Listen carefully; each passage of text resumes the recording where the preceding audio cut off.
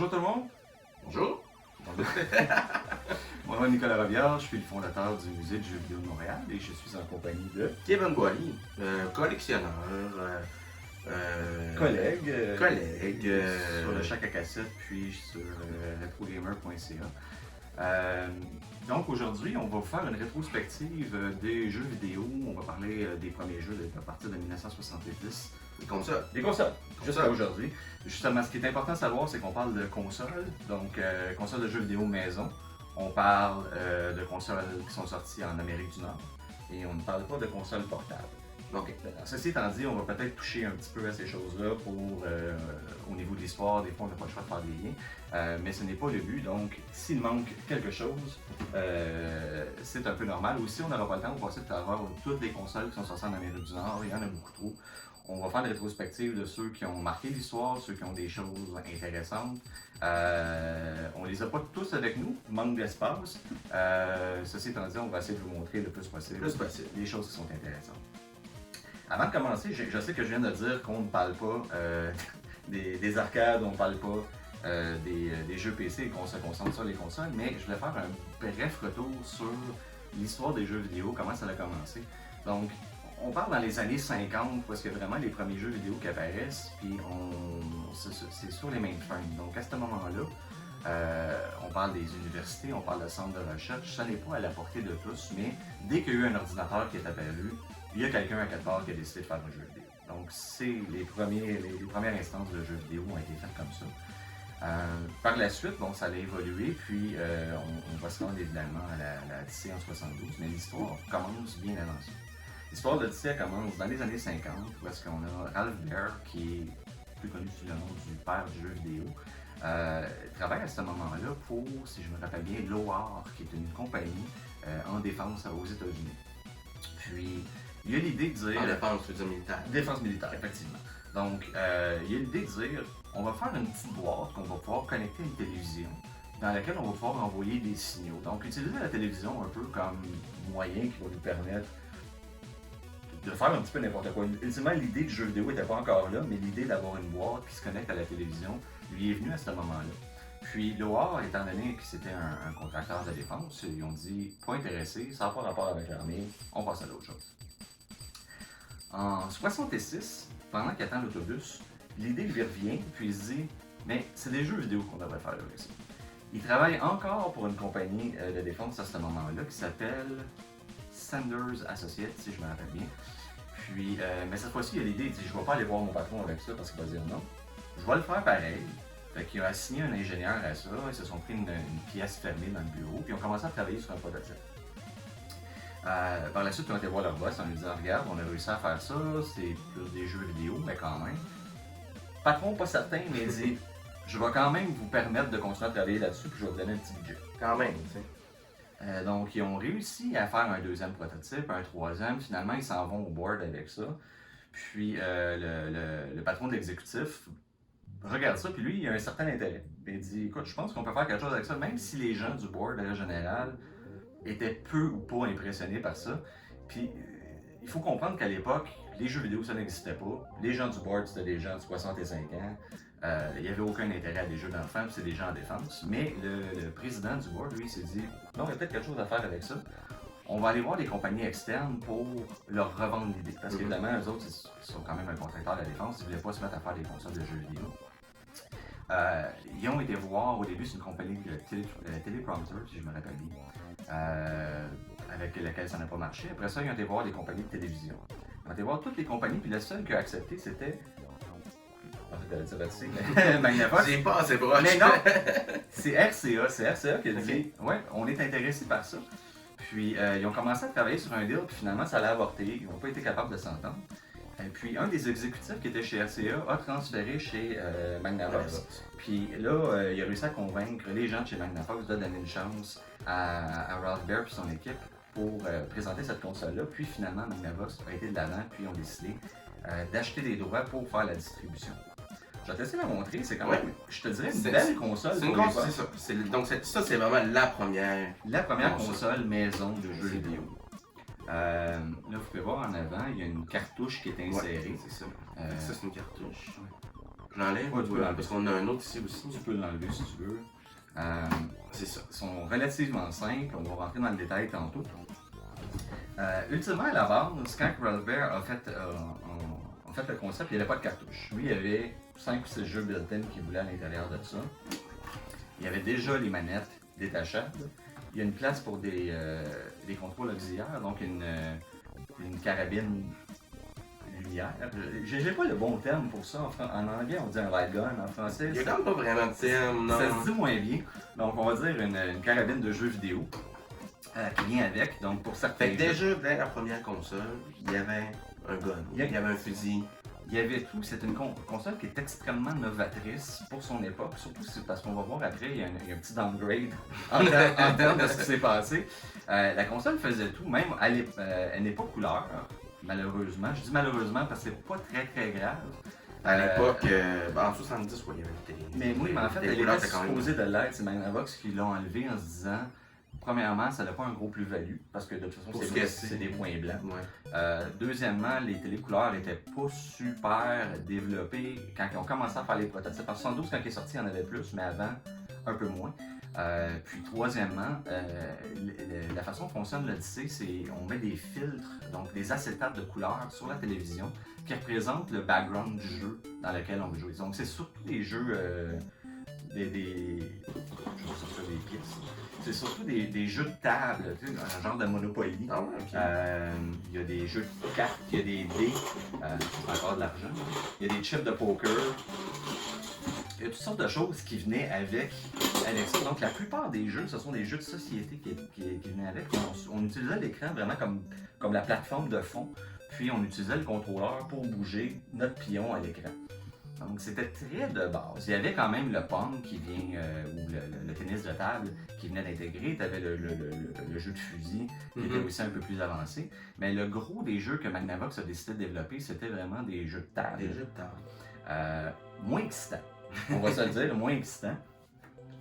C'est pour ça que c'est pas une console qui a vendu énormément. On parle environ, là, ça a été vendu pendant 3 ans, 72, 73, 74. On parle de 300 ou 400 000 exemplaires qui ont été vendus. Pas énorme si on regarde les chiffres astronomiques que la PS2 a été capable d'aller chercher. Niveau contrôle, vous allez voir. Ouais, c'est la manette, c'est ça, j'avais hâte qu'on en parle. Le contrôleur, il est horrible. C'est n'importe quoi. Premièrement, vous allez voir, il y a deux boutons, un de chaque côté, puis il y en a un celui-ci c'est pour la verticale, puis celui-ci c'est pour l'horizontale. Donc, quand on contrôle son paddle à l'écran, puis on veut le bouger de gauche à droite, il faut vraiment utiliser les deux. C'est pas évident, ça prend un petit peu de temps à s'habituer à ça, puis c'est extrêmement précis. Donc, vraiment, c'est pas comme un power steering sur un char, où est-ce que quand tu peux donner un petit coup, ça va donner un coup, donc il y a une adaptation, ça pas du tout. Si tu vas trop loin, ça va trop loin. C'était vraiment de base. Il y a un bouton reset par-dessus, qui est quand même mieux que le Master System. mais c'est vraiment la première console qui est sortie par rapport à ça. Il faut comprendre aussi qu'à l'époque, quand on parle d'arcade, les premières arcades sont sorties en 71. Les premiers jeux vidéo PC, j'en parlais tantôt un petit peu. En fait, ça c'est venu naturellement. Il y a une évolution qui a été faite. Quand les premiers micros sont arrivés, il y avait déjà une notion de jeu. Les arcades, les salles, d'arcade existaient déjà. C'était des salles d'amusement, ce qu'on appelle du coin-ops. Donc les flippers, les pinballs, ça existait déjà. C'était électromécanique. Il y avait quand même un style d'arcade, des cabinets debout, avec des fusils ou d'autres sortes de jeux qui étaient encore des jeux électromécaniques qui existaient. Donc, quand les arcades sont arrivées, ça n'a pas pris une grosse adaptation pour le monde de dire on avait déjà le système de distribution, il y avait déjà des endroits pour les mettre, que ce soit des bars. Simplement mis ça dans ce qui existait. Ça a été une évolution. Quand on est arrivé aux jeux vidéo, les gens avaient habituellement une seule télé à la maison. Donc, tu venais prendre ta télévision pour dédier pendant le temps du jeu. C'était quand même excessivement cher. On parle de 100$ en 72, qui est quand même beaucoup d'argent pour l'époque. Pour ça, là. Oui, c'est ça. En contrepartie, si tu devais aller jouer à Pong aux arcades pour 25 cents de la partie, c'était difficilement vendeur. Puis de plus, le marketing laissait sous-entendre que ça fonctionnait mieux, ça fonctionnait tout court simplement avec une télé de marque Magnavox. Donc, il y a eu beaucoup de confusion autour de ça. Je pense que les vendeurs voulaient en même temps vendre des télévisions, mais ils ne se sont pas rendus compte qu'ils venaient affecter la vie de la console. Donc, première console, très en avance sur son temps, graphiquement très moyenne, on va se le dire. Mais c'est quand même la première console. C'est la vraie première console. C'est la vraie première console. C'est je cherche le mot, quelque chose de très important, un staple mark. On va la tasser. On va passer, Je vais l'amener là-bas. à d'autres choses. Donc, Là, on va retourner, qu'on parlait de retourner en arrière, avec les consoles Pong. ouais. Console Pong, Parce que là, on en a une. on en a Tu une. dis les consoles Pong parce qu'il y a eu. Une, trois. Je C'est ça. vais rentrer dans les chiffres tantôt. La console Pong, en fait, paradoxalement, est inspirée de la Magnavox via l'arcade. Donc, l'arcade Pong est sorti en 72, la même année que la Magnavox. Mais Nolan Bushnell, qui est le fondateur d'Atari, lui avait vu la Magnavox en démonstration, puis s'est largement inspiré de ça pour créer Pong. Pong a été un succès incroyable au niveau des arcades. C'est vraiment ce qui a fait amener les arcades, je te dirais, là, à l'avant-scène, puis qui a poussé le développement de ça de façon systématique.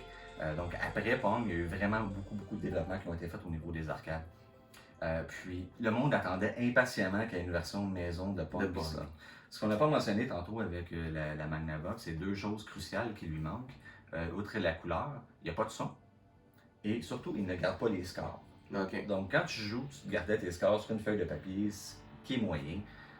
Quand on est arrivé avec le Pong, là on est arrivé vraiment avec quelque chose qui est plus solide, qui ressemble énormément à l'arcade. C'est pas dire pareil, parce qu'on s'entend que l'arcade était très de base aussi. Très rudimentaire. Là, vous allez voir ici, c'est la version Telegames, qui est la version qui a été faite par Sears. Et la raison pourquoi je préfère montrer celle-là, même si vous allez voir que c'est quand même écrit Atari ici, c'est tout simplement que c'est la première version qui est sortie. Atari a sorti en 75 cette version-là pour Sears, et le Pong de Atari, lui, est sorti en 76. Donc techniquement, C'est c'est sorti avant. Mais si on compare à l'autre, premièrement, les contrôleurs ne sont pas détachables. Il faut être deux collés en train de jouer. Tu as un long fil, mais c'est ta batterie. Si tu veux le brancher dans le mur, il faut quand même que tu sois relativement proche. Tu as un seul jeu qui est Pong. Donc, c'est très minimaliste comparé à ce que l'Odyssey pouvait faire. exactement, ce qui avait été fait avant. Donc, c'est pour ça que je parle qu'on a un petit peu reculé. Par contre, Mais ça devait être moins cher. je me rappelle pas. J'ose espérer que c'était moins cher. Ça offrait moins, puis... J'ai pas l'impression que c'était énormément moins cher. OK. C'est sûr qu'on parle aussi de 72 à 75, 76. Il y avait beaucoup d'inflation dans ce temps-là. Donc, mais c'est une bonne question. On va regarder ça. Donc, le Pong a été très important. Puis, entre 75, qui est le début des consoles Pong qui sont sorties après le Magnavox Odyssey, parce que de 72 à 75, il n'y a rien eu à part l'Odyssey. 75, il a commencé à avoir certaines consoles, surtout en Europe, qui avaient des cartouches, mais on parlait encore une fois de cartouches du type Magnavox. Ça, c'est quelque chose qu'on n'a pas adressé et qui est important. Les cartouches en tant que telles, on pourra l'adresser. On pourra la. Est-ce que tu avais terminé de Pong? Ah oui. Parce qu'on pourrait passer tout de suite à la prochaine. Pendant que tu expliques justement. Enfin, il y en a une qu'on va parler. On regarde ces consoles-là, ces cartouches-là. La façon que c'est fait, c'est vraiment, on change le jeu tout simplement en redirigeant le courant. Il n'y a absolument aucune intelligence dans ces cartouches-là. Donc, quand on les branche, en fait, dès que tu le mets, il n'y a pas de bouton power non plus sur la Odyssey. C'est le courant, le circuit se ferme quand on fait ça. Puis, selon la cartouche que tu mets, ça redirige le courant au bon endroit. Puis, tu as le jeu approprié qui va arriver par rapport à ça. Je voulais sortir ça, mais elle est là. Mais avant cela, il faut parler de ce que j'appelle la génération 1.5. Donc là, on était dans la première génération. Avant Pong, il y a peut-être eu une dizaine de consoles de type Pong, de tennis de table qui sont sorties. Mais en 1976, il y a une compagnie qui s'appelle General Instrument qui a sorti ce qu'on appelle le Pong on a chip. Donc c'est une puce dans laquelle il y avait déjà 4 jeux de Pong pré-programmés. Donc il y avait Pong, tu avais hockey, tu avais squash, puis tu avais pratique. Qui est dans le fond sur un. Comme un mur. Là. Non, en fait, c'est pas un mur, c'est que tu as deux paddles, mais ils te le retournent tout le temps. L'intelligence artificielle ne se trompe jamais. Il n'y a pas de vraie intelligence artificielle sur ces jeux-là. Mais ça, ce que ça l'a fait, c'est que n'importe quelle compagnie qui faisait de l'électronique à l'époque, ou les compagnies de jouets, à la limite, ont pu commencer à créer leur propre Pong. En utilisant cette chip. Ouais, pour une fraction du prix. Les premiers qui l'ont fait, c'était Coleco avec la collection Telstar. Mais tu as eu APF qui l'a fait. Tu as eu en fait. On a dénombré en ce moment, j'ai ma liste parce qu'il n'y a pas de liste complète, mais j'ai une liste dans laquelle je travaille pour essayer de lister tout ce qui existe. J'ai plus de 1000 consoles Pong en ce moment à l'intérieur de ma liste. C'est toute la même chip. Ouais, tu as quelques variations de General Instrument. Tu as Texas Instruments aussi qui en a fait par la suite. Eux étaient principalement justement dans les Magnavox, dans le Odyssey 100, 200, 300, en fait à partir de 2 ou 300 qui utilisaient ces chips-là. Donc, il y a énormément de ces consoles-là qui ont été faites par la suite, assez pour vraiment détruire le marché. Tout le monde en avait, tout le monde avait un Pong d'une génération à une autre, mais c'était tous les mêmes jeux qui étaient dessus. Ouais. C'était inondé. C'était complètement inondé. Puis là, on va passer justement à la première console qui venait avec des cartouches qui s'appelle, je vais vous montrer la boîte parce qu'elle est exceptionnelle cette boîte. La Fairchild. On va la rapprocher un peu. Ouais, vas-y, je vois pas grand chose. Je m'en occupe. Si t'es capable de pointer sur la grand-mère en bas. En bas, là. Exaspéré. C'est vraiment une boîte qui crie 1970. Donc, cette console-là, sortie en 76, on peut l'ouvrir parce que c'est pas très. Ok. Attends, c'est ici. Sortie en 76 est vraiment la première console de jeux vidéo avec des cartouches, que je vais prendre ici subtilement. Vas-y. Des cartouches programmables. Donc, pour la première fois, on pouvait avoir des cartouches, acheter des cartouches en magasin, sur lesquels il y avait une infinité finalement de jeux. Magnavox, Odyssey, on en a parlé, il y avait des cartouches, mais c'était ultimement juste rediriger le courant. Tous les jeux étaient déjà à l'intérieur. Ouais, c'est ça. Là, on parlait pour la première fois de pouvoir avoir une console et de créer des jeux par la suite. Donc le jeu est vraiment dans la cartouche. Tu vois, ça ressemble beaucoup à un 8-track Ça pour ressemble beaucoup à un 8-track, les plus vieux d'entre nous et ça s'insère vraiment comme un 8-track aussi. Donc, ça rentre en avant comme ça. On va enlever la boîte. Ah, ben, je suis en train de le remettre dedans. Je suis en train de le remettre dedans. Ce que je veux montrer, c'est accessible. Ok. Les manettes, Ce sont les contrôleurs. Les manettes sont là. Donc, vous allez voir, les contrôleurs sont assez simples. On parle vraiment d'un espèce de joystick qui est par-dessus comme ça.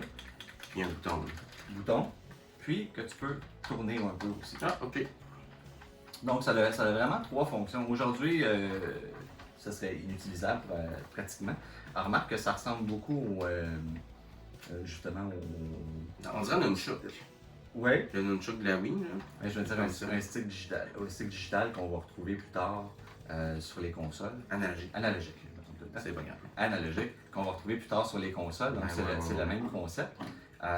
Mais à l'époque, c'est sûr que c'est plus ou moins pratique. Pour l'avoir essayé, je te dirais, il n'y a pas beaucoup de plaisir à avoir avec cette console-là. Ça, les jeux, ça ressemblait. Ça, c'est un des problèmes. Tu vois, C'est ça, hein? sur celle-là, c'est tic-tac-toe, un espèce de jeu de tir, un jeu pour le dessin. Puis le dernier en bas, Une flop. bon, une flop.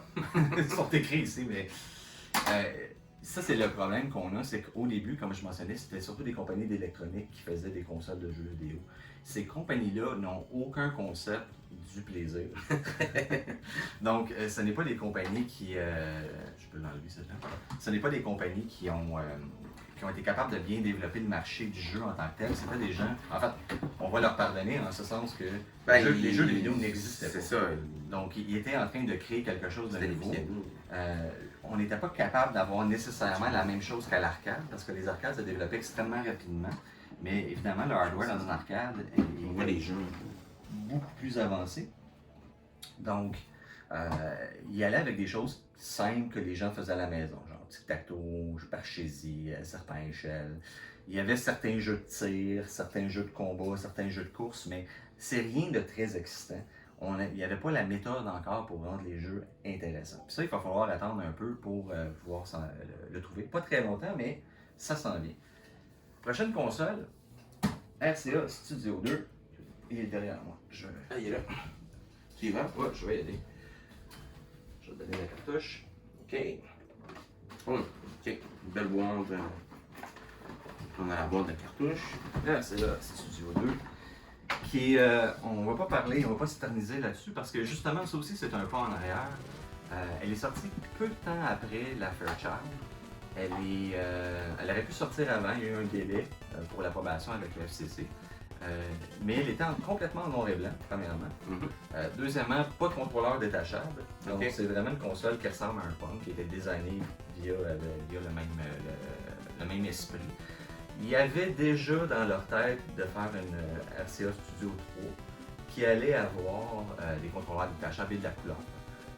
Mais ils ne se sont jamais rendus parce que cette fameuse console s'est vendue à moins de 100 000 exemplaires. Je pense qu'on parle de 75 000. Donc, ils s'en sont débarrassés, ils ont vendu les droits. Elle a été revendue en Europe par la suite, justement en couleur et avec des versions détachables. Donc, ils ont vendu où est-ce qu'ils étaient rendus dans le développement de la 3. Puis RCA s'en sont lavé les mains, ils ne voulaient plus rien savoir des consoles. Ça vaut pas vraiment la peine de la sortir ou On peut. Parce que la montrer un peu. Sort, la Studio 1, c'était une pogne. Il n'y a pas eu de Studio 1. Il n'y a pas de Studio 1. Il n'y a pas eu de Studio 1. Puis aujourd'hui, c'est assez. Bon, le mot. RCA. C'est à ça qu'elle ressemble. Donc, il n'y a pas eu de Studio 1. Il n'y a pas vraiment de bonnes raisons pourquoi il n'y en a pas eu. Il y a plusieurs rumeurs ou façons de le voir. Le prototype s'appelait Fred 2. Donc, est-ce qu'ils ont été avec le 2 pour ça? Il y avait aussi quelque chose qui s'appelait déjà la RCA Studio, qui était les studios d'enregistrement au Tennessee, si je ne me trompe pas, où est-ce qu'on enregistrait de la musique. Donc, RCA avait déjà quelque chose qui s'appelait RCA Studio. Donc, est-ce qu'ils ont voulu faire la différence? Je suis pas sûr qu'ils ont été jusque-là. Mais il n'y a pas de bonne raison en ce moment que j'ai compris pour. Je vais te laisser. On va le mettre à terre, on a fait ça tantôt. Puis là, on va arriver dans le feu de l'action avec la Atari. Console qu'on connaît bien. J'ai un petit peu de misère avec la boîte. C'est pas ça. C'est le problème qu'on a. On n'a pas énormément d'espace. On y va avec la fameuse. Qu'est-ce qui est tombé? C'est un pied! Atari 2600. C'est pas grave. La Atari 2600 a été vraiment la console qui a révolutionné toute la deuxième génération, en fait. Ils ont tué toutes les autres consoles. Un peu plus. Pour la simple et bonne raison que Atari était une des premières consoles à être faite par une compagnie qui faisait de l'entertainment. Donc, Atari a été créé pour faire des arcades. Eux savaient comment faire des jeux vidéo. Fait que quand ils sont arrivés avec l'Atari, c'est pas tellement que la console est vraiment meilleure que tout ce qui a été fait par la suite. Ce sont que les jeux qui sont sortis étaient exceptionnels pour l'époque. On parlait de jeux rapides, on parlait de platformers qui n'avaient jamais été faits avant. Des jeux qui étaient rapides comparés aux autres. Quand on parlait de jeux de course, c'était très rudimentaire. Ouais, c'était rudimentaire et long. Donc, on avait assez de pouvoir pour avoir des choses un peu plus rapides. Contrôleur qui est encore aujourd'hui iconique. Donc là, on tombe vraiment dans un joystick comme on les connaît. Qui est assez simple ultimement, mais très. Un bouton, un stick, c'est tout. Pourtant, avec ça, on était capable de faire à peu près n'importe quoi. Aujourd'hui, on a un jeu, s'il n'y a pas 25 boutons sur notre manette, on n'a pas assez d'options. Dans le temps, avec ça, on pouvait faire n'importe quoi. Donc, ça a été quelque chose qui a vraiment révolutionné au niveau, au niveau de l'histoire, parce que c'est l'industrie. Oui, parce que c'est la première fois qu'on avait une compagnie qui savait ce qu'il faisait, qui poussait ça.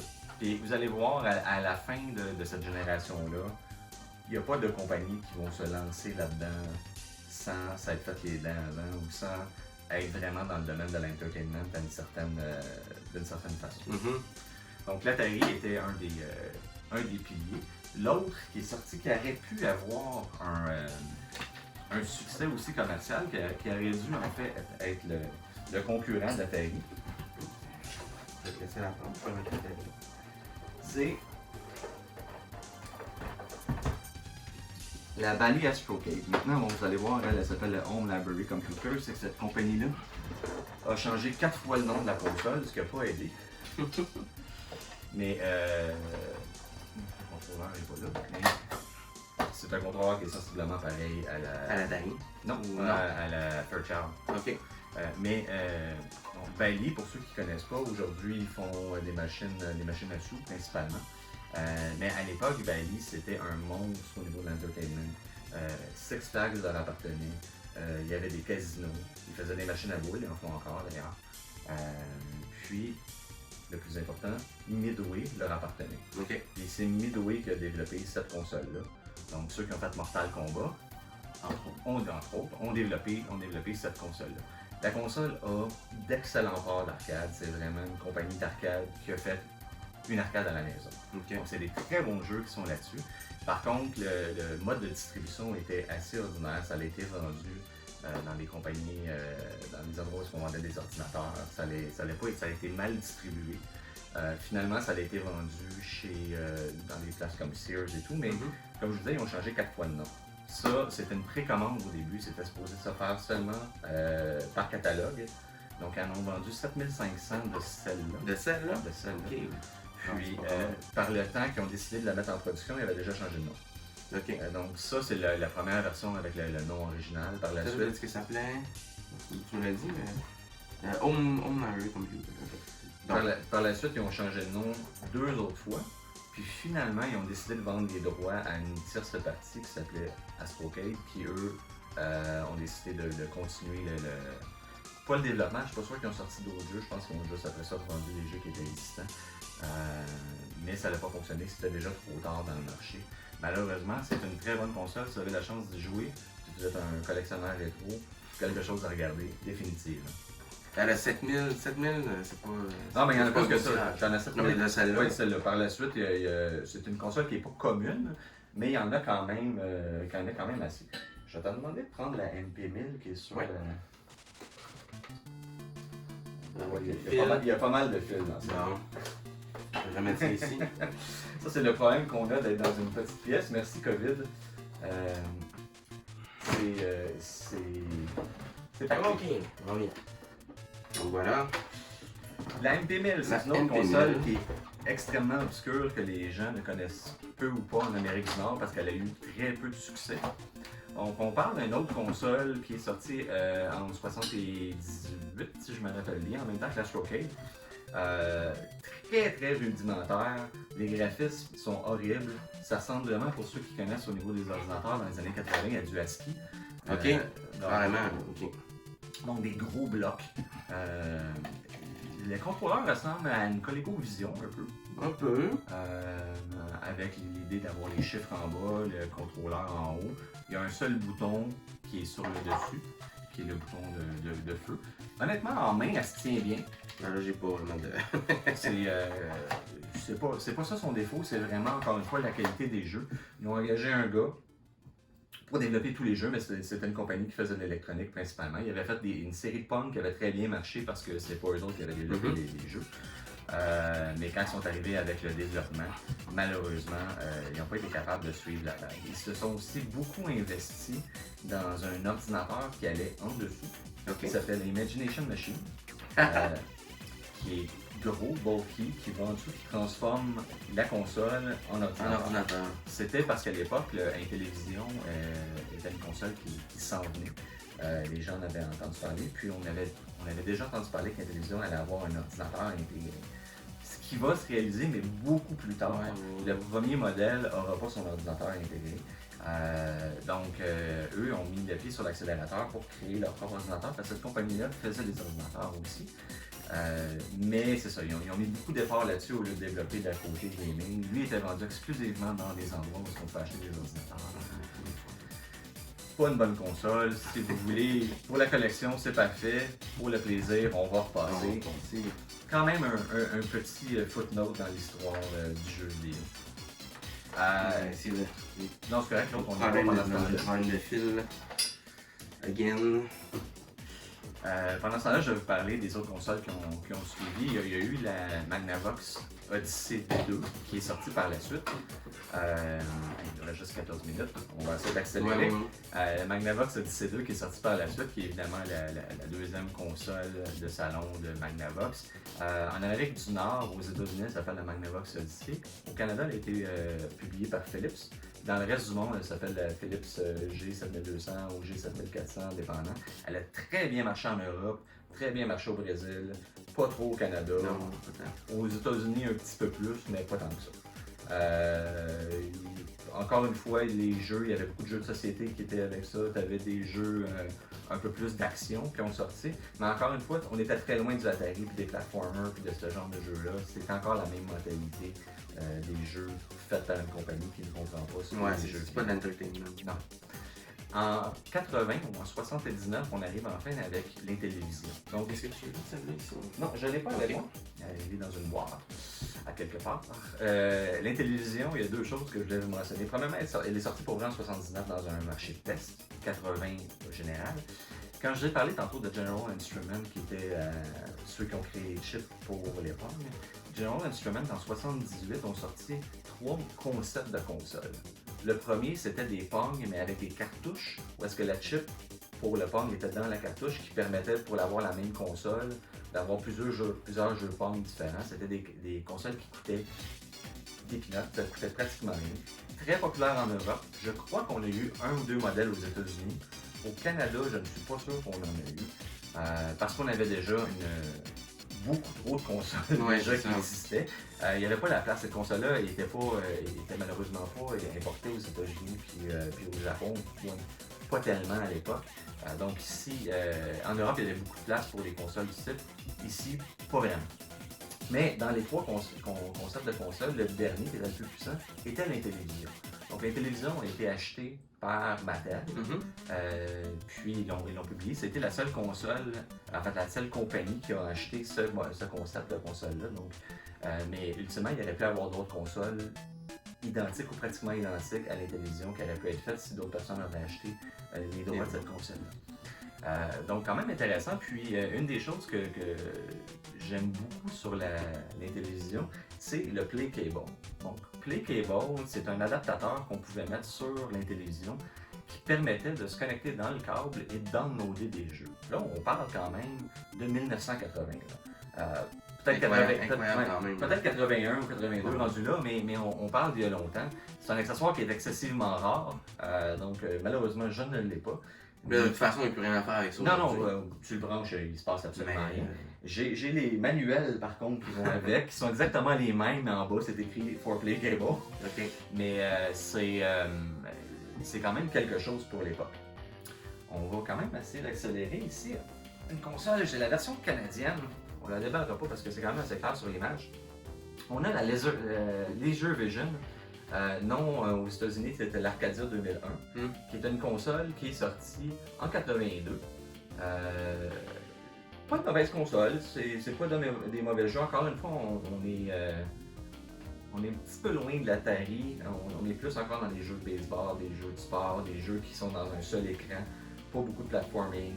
Elle a très bien marché en Europe, celle-là aussi. En fait, pratiquement chaque pays a sa version. Il y a plusieurs modèles différents. Le modèle qu'on a ici, qu'on appelle les clones d'Arcadia, même si c'est pas Arcadia qui était le premier, est celui qui est le plus répandu. Mais après ça, tu as 2 ou 3 autres modèles, dépendamment des pays.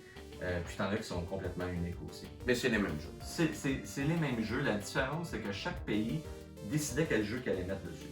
Donc, ultimement, les cartouches peuvent être différentes, ne fonctionneront peut-être pas d'une console à l'autre.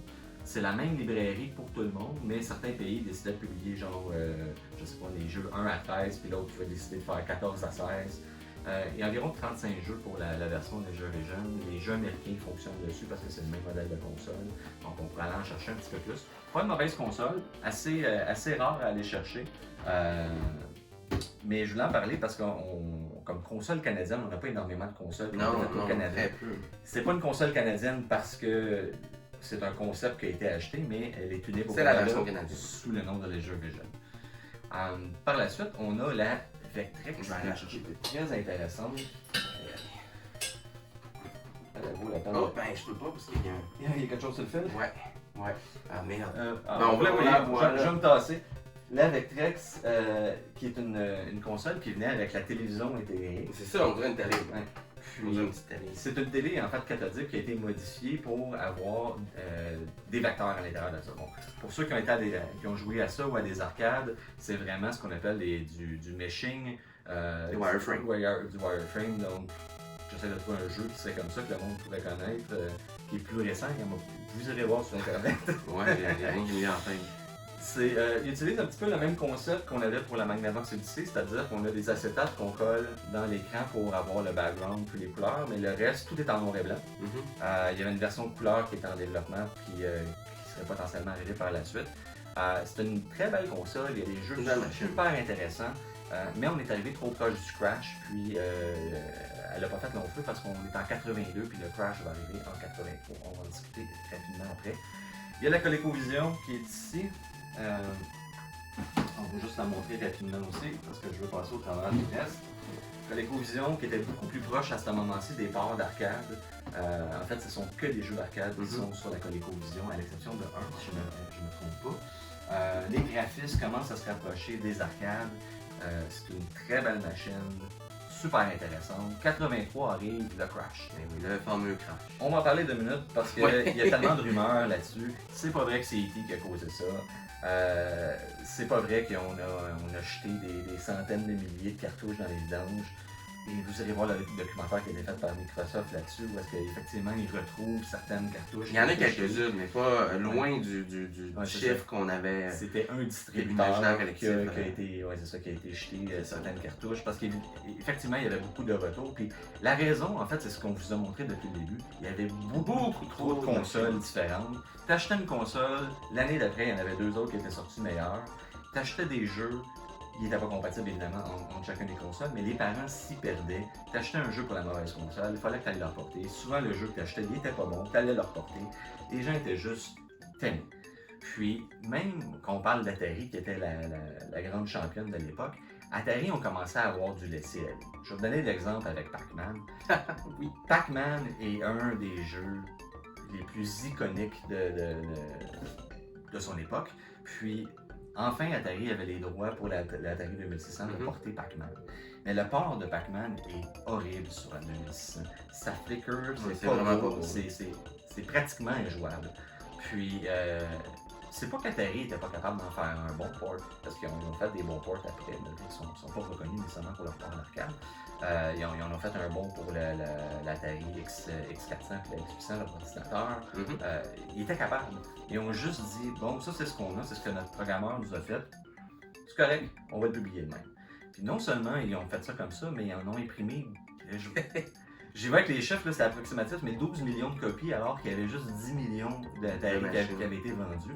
Eux autres se sont dit, non seulement tout le monde va en acheter un, mais en plus, il y a 2 millions de personnes de plus qui vont acheter la console pour acheter le jeu. Ouais, mais il y a eu énormément de retours parce que le monde jouait et faisait c'est pas vraiment bon.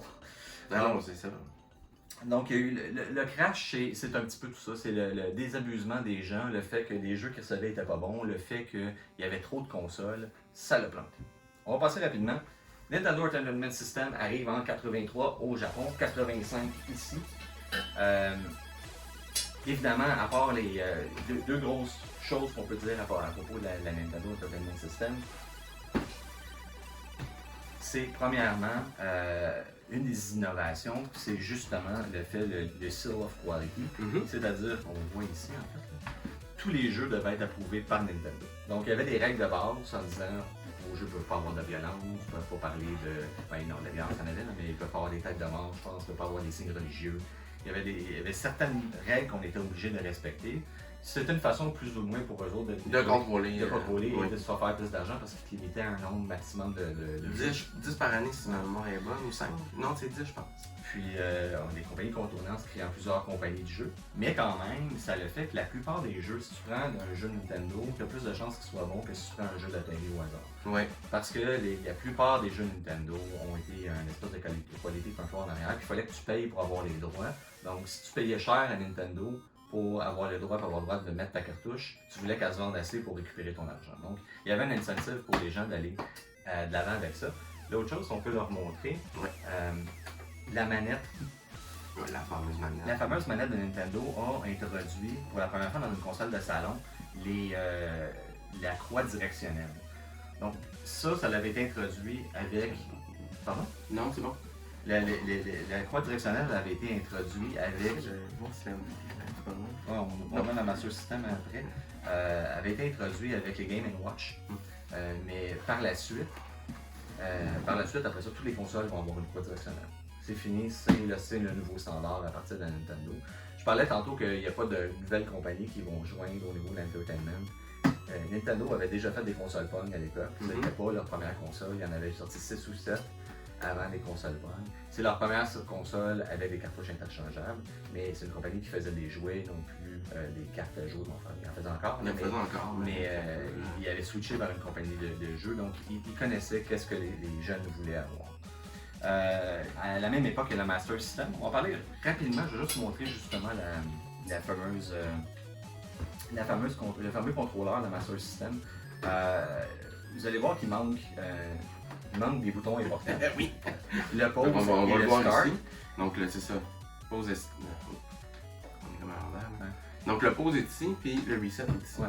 Donc, pour des jeux comme celui-là, qui avait un menu, il fallait se lever pour aller appuyer sur start. Donc c'était vraiment mal fait parce que quand on y pense, la manette de la Nintendo a 4 boutons. C'est 2 boutons A et B qu'on va utiliser plus souvent, mais le bouton Start et Select, on les utilise quand même dans les jeux. Donc, puis le control pad est quand même là, malgré qu'il est mou et plus ou moins intéressant, mais il y avait l'option de mettre un petit joystick dedans. Quand même intéressant. On va aller rapidement parce qu'il reste 2 minutes. Action Max, c'est une console qui marchait avec des VHS qu'on a eu par la suite. C'est ça. Je voulais juste parce que je voulais montrer la machine en arrière. Je passerai pas beaucoup de temps là-dessus. Par la suite, on a eu la 4e génération qui est arrivée. Donc, on a eu la TurboGrafx 16 qui est arrivée en premier en 87. TurboGrafx 16, son gros avantage, la grosse chose qu'elle a amené à l'industrie, c'était la première console qui utilisait des CD avec le TurboGrafx CD. Donc, on a le Turbo Duo, la version de Turbo Duo qui inclut les deux. Mais au début, c'était un attachement qui est arrivé, qui permet d'utiliser des CD. À l'époque, c'était que pour de la musique puis du FMV, donc des vidéos, parce que les jeux en tant que tels n'étaient pas nécessairement beaucoup plus gros, mais quand même quelque chose de super intéressant. On a eu par la suite les classiques, le Genesis, le Super Nintendo qui sont arrivés et qui ont dominé le marché pendant longtemps. Il n'y jamais d'avoir de Genesis. Tu peux l'amener pendant ce temps-là parce que je continue avec d'autres consoles qu'on n'a pas ici. C'est la Genesis.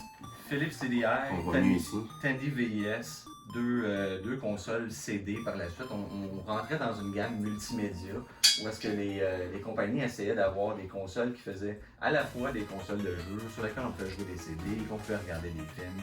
Ça n'a pas vraiment marché parce qu'on était juste pas là. Aujourd'hui, on a ça dans une PS5, une PS4, une PS3, une PS2 même. Mais à l'époque, c'était pas assez performant, les jeux étaient pas vraiment là. C'était des consoles extrêmement dispendieuses, on parlait de 600 000 $ pour les On dirait qu'on est revenu avec le même problème, que c'était plus pas nécessairement des compagnies d'entertainment qui faisaient ces consoles. Puis tu le vois quand c'est des compagnies qui font un petit peu n'importe quoi. 5e génération, super rapidement. Atari Jaguar en 93, je l'ai pas. Je l'ai, mais il y en a aussi. 3DO, même chose. Amiga CD32 qui est dans le fond là. Ouais, c'est un peu loin. Mais on va parler après ça de ceux qui sont intéressants dans cette génération-là. PlayStation. En une minute. PlayStation Iconic, ça c'est une version spéciale qui donnait dans un magasin. Qui est pas la première console qui utilisait les CD, mais c'est vraiment elle qui a démocratisé puis qui a commencé à l'utiliser au maximum. Donc, c'était des jeux qui prenaient un CD, mais des fois 2 ou 3 ou 4. On utilisait vraiment le pouvoir et l'espace maximum qu'il y avait là-dessus. Sega Saturn, Nintendo 64. On a quelque part ici. Ça, c'est une édition fantastique. Tout le monde connaît la 64. Et dans les 13 dernières secondes, on va passer rapidement. 6e génération, on a eu. Donc la 64 a amené justement les éditions de couleurs. C'est vraiment là qu'on a commencé à avoir des éditions particulières. 6e génération, Dreamcast, PlayStation 2, Xbox. Xbox est arrivé avec le concept du LAN qui était connecté en tout temps. On a eu Xbox Live qui est arrivé par rapport à ça.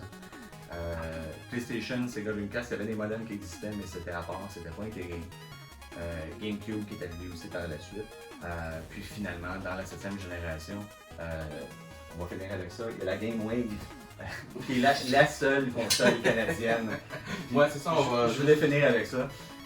C'est une console qui est un lecteur DVD, ultimement un petit peu comme le PlayStation 2, un lecteur DVD qui est capable de jouer des jeux. Mais encore là, le but de la Game Wave, c'était d'avoir des jeux du type puzzle game, questionnaire, donc une dizaine de jeux. Multimédia, encore une fois. Ouais, c'est ça, c'est vraiment pas puissant, là. On parle de chips à l'intérieur de ça, qui sont la puissance d'un ColecoVision, donc c'est vraiment pas quelque chose qui a été fait penser pour avoir des gros jeux de qualité, c'était vraiment pour se retrouver à la maison avec des amis, puis être capable de jouer en famille à des jeux questionnaires.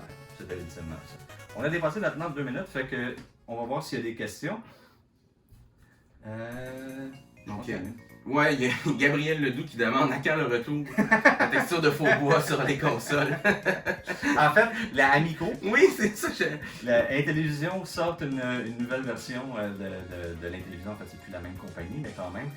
Ils ont branding. Branding qui s'appelle l'Amico. Puis une de ces versions-là va avoir le faux bois. C'est faux celle-là bois que j'ai commandée d'ailleurs. Ouais. Juste parce que.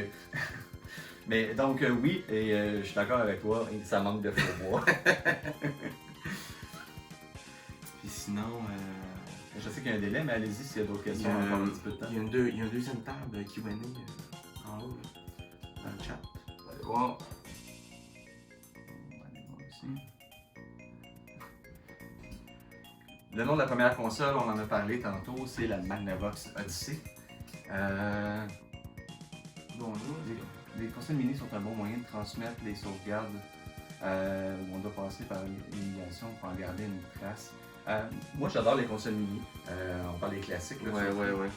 C'est une excellente façon parce qu'ils se branchent HDMI. Donc, on n'a pas besoin de glosser. L'émulation, c'est bien. Évidemment, l'émulation, le problème avec ça, c'est la légalité d'avoir les ROM, première des choses. Et deuxièmement, c'est pas tout le monde qui est capable d'avoir la facilité de brancher, de trouver la ROM, de le mettre dessus. Fait que ces consoles-là permettent tout ça. Oui, tout ça dessus. Pour un néophyte, tu branches ça, tu l'as. C'est habituellement les meilleurs jeux de la console, habituellement, que tu vas retrouver. Une sélection intéressante. Une sélection intéressante, un petit peu de tout. Moi, j'adore. Puis on demandait si c'était un moyen de sauvegarder les jeux anciens. Oui, comme on disait, pour la facilité d'accès, mais sinon, ces jeux-là étaient quand même disponibles déjà en ROM, puis il y a déjà des... Mais pour les faire redécouvrir à un nouveau public, absolument. C'est sûr qu'il y a beaucoup de monde qui n'ont jamais joué à la NES avant, ou jamais joué à la Super NES, qui aujourd'hui, moi, comme... bon, je suis pas un parent, là, mais un parent rachète ça, les enfants peuvent jouer, on a vu nombre d'histoires que c'est ça, tu rachètes la console, tu le branches, puis les enfants commencent à jouer à Super Mario. C'est des jeux qui se démodent pas. Non, absolument, c'est ça. Le graphisme, évidemment, est beaucoup moins beau, mais à ce moment-là, justement, dans ce temps-là, tu n'avais pas le choix. Pour qu'un jeu fonctionne, il fallait qu'il soit intéressant. Donc, ces jeux-là sont toujours aussi pertinents aujourd'hui, sont juste moins beaux. Et encore là, c'est une question de goût. Ensuite, on nous demande qu'en pensez-vous du remake de la NES qui a été sur là? Ah, ouais, c'est ce qu'on vient, c'est les mêmes consoles mini. Mais oui, j'adore, personnellement j'adore le remake qui a été fait de la NES. C'est pas les premiers à l'avoir fait, le Sega avait fait à maintes reprises avant. Mais c'était pas des bonnes. C'était pas de la bonne émulation. C'était techniquement pas des bonnes machines. Non, c'est ça. Mais Nintendo, c'est la première fois parce que Nintendo, quand ils sortent quelque chose, absolument, c'est de qualité. Donc, c'est la première fois qu'on est arrivé avec quelque chose, puis ils ont montré que ça pouvait se vendre. Puis là, tout le monde s'est lancé là-dedans. Il y a eu la TurboGrafx Mini, tu vas voir les Sega Game Gear qui sont mini qui vont arriver bientôt. La Neo Geo. La Neo Geo. Puis il va en avoir d'autres. La petite, tu l'as-tu mentionné, là, les petites arcades de Sega? Les petites arcades de Sega qui s'en viennent aussi. Donc, ça, il y en a énormément. Exact. Donc, est-ce que vous aviez d'autres questions? On a encore 5 minutes. Sinon, on va vous inviter à venir nous voir sur, en fait, moi, sur le boot du jeu vidéo de Montréal, du musée du jeu vidéo de Montréal. Donc, on est là toute la journée. Si vous avez d'autres questions, n'hésitez pas, venez nous voir, allez visiter le site web. On a une page de contact là-dessus, donc même si c'est pas aujourd'hui, vous avez des questions, vous gênez pas, vous venez nous voir, puis on va tenter d'y répondre. Le site web c'est mvm.com.ca. mvmtl.org. MVMTL. Ah ben tu vois, j'ai bien fait de leur demander. Donc, écoutez, on vous remercie beaucoup. S'il y a quoi que ce soit d'autre, comme je vous dis, passez nous voir. Et sur ce, on vous souhaite Une bonne journée. une bonne journée. Au revoir.